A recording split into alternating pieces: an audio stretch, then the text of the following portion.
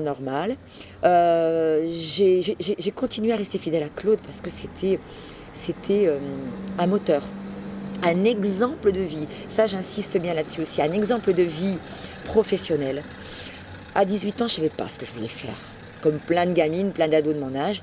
Et je savais que Claude, lui, s'était battu pour en arriver là où il en est arrivé. Il était parti de rien. Et je me suis dit, moi, je veux faire... même en partant de rien, je veux faire quelque chose de ma vie de positif. Peu importe ce que ce sera. Je n'avais pas d'objectif précis.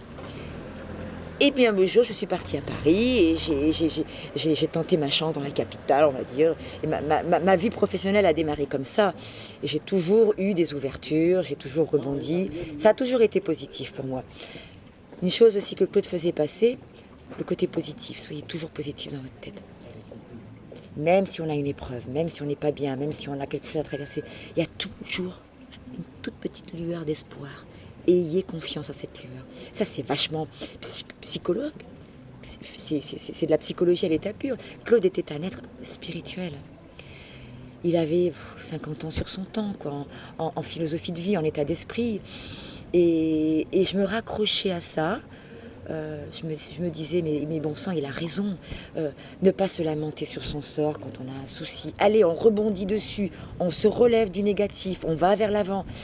Et en emboîtant le pas de ce qui donnait à ses fans, j'étais bien avec ça. Mon cher et tendre, oui, a découvert Claude, lui, plus tard, dans les années 70. Alors, adolescent, ça le faisait pas trop d'aimer Clo-Clo, évidemment, mais il en avait rien à faire. Lui aussi a été très emporté dans son univers musical. Mon mari aimait beaucoup la musique aussi. Et donc l'univers de Claude, il vient nous prendre par la main, il nous emmène. Allez, viens, souris, la vie est belle, quoi. Et ça a été une bouffée d'oxygène pour lui aussi. Et le hasard, si tant est qu'il y a un hasard dans cette vie, a fait que nous nous rencontrions un beau jour après sa disparition, malheureusement. Donc voilà, à Paris. Et puis, comme beaucoup de fans à l'époque, il y avait des gros hommages à Paris dans les années 80. Vous voyez, c'était vraiment des manifestations énormes. Et donc Jean-Louis et Martine se sont rencontrés, ne sont plus jamais quittés. On a eu 2 beaux enfants. Et il a embrassé la carrière de gendarme, moi d'aide-soignante à l'hôpital.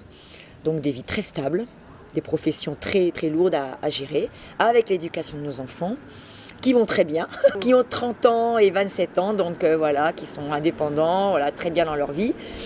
Et nous, oui, on continue à faire perdurer ça. Pourquoi ? Parce que c'est en nous, c'est dans nos cellules. Claude reste dans nos cellules, on continue à faire perdurer. En fait, on se fait plaisir aussi, on est dans un bien-être, dans une bulle de cocooning comme ça. D'abord, on s'aime les uns les autres. Il y a une énorme famille qui s'est créée, famille d'amour, d'amitié, on se comprend, on a le même langage.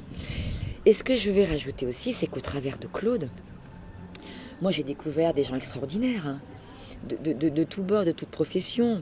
Les collaborateurs de Claude, ceux qui nous suivent depuis des années sont devenus presque des amis.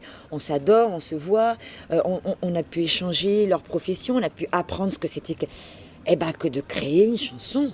C'est compliqué de faire une chanson. Trouver les paroles, trouver l'arrangeur, orchestrer, répéter. Non, ça va pas, on recommence, on change les mots. Voilà, ça me fascine, quoi, de voir ce métier pointilleux qui donne du rêve aux autres. Parce que c'est le but du jeu, quand même. Un artiste doit faire rêver. Peut-être maintenant, ça a un peu changé, mais bon.